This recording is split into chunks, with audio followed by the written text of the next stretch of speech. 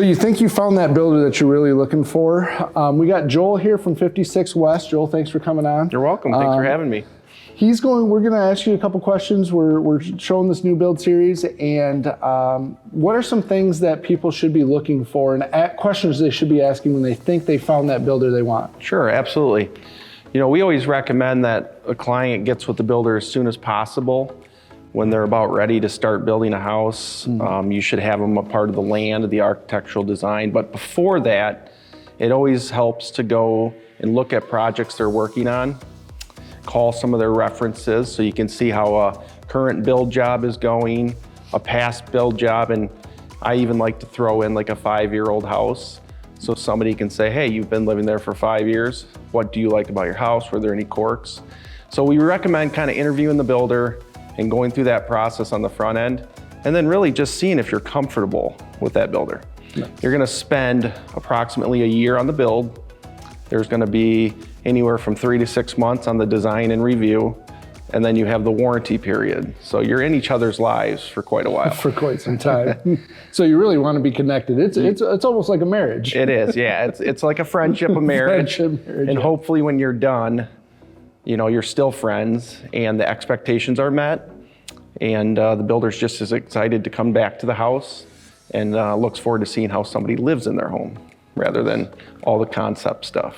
So I like what you said. Everything went good. What's the next steps then once we sign on a dotted line and get you going and agree that you are a builder?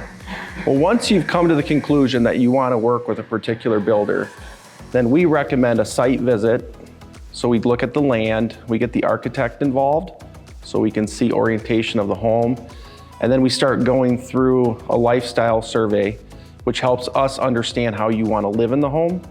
It can be as quirky as what time do you get up, what time does your spouse get up? Do you eat at the dinner table or do you eat at the island? It just starts to tell a story about who you are. Gives us the information so we can understand the why and all the questions and answers. Nice. So we go from that to the design and the review process, and then we go out to an estimate, and once we've kind of narrowed the numbers down to what your budget was, the targeted budget, then we go under contract and set a date for dig dates. All right, so you talked about the digging, talked about the digging process. Yep. And starting the dig process. We're sitting here standing in one of your customers' new builds right now. Kind of give us a little bit of a breakdown and a little more detail of once it starts digging, you get the footing or the hole dug, what are the next steps and how much is the customer involved at this point in decision making? Absolutely. Well, the customer in our business and how we run things is a part of every decision. Okay. So we always say the phrase, the customer has the ultimate veto power, right? They can say yes or no to anything. We're just here to meet that expectations. So we set a dig date for this house about 3 months ago, and we met the clients on site. We staked out the home, we placed it, we moved it 2 or 3 times because it didn't feel right. And that's just a process that's on the preliminary beginning side of things that's important to us. Once we staked it, then we had our excavators come in here, and they're here for about a week, and they dug it and prepared it for the footing and wall foundation work to happen. Once we get past that portion, that's kind of the fundamentals. Most of the decisions that were made on the design side by the client is already incorporated into the plan.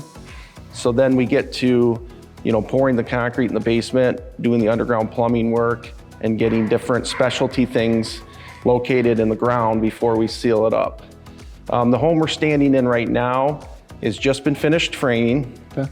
So now we're gonna be moving into the mechanical rough-ins, which our clients will have a lot of say in. They'll be a part of the process of location of things, and then we'll move into the insulation and drywall. So that's where our clients will be meeting on a regular basis. Gotcha.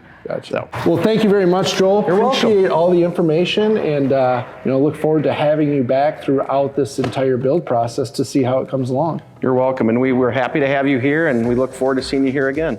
Thank you very much, and if you're interested in Joel's work, check him out at 56 West, and always you can see us at Remax Steering Team. Thank you very much.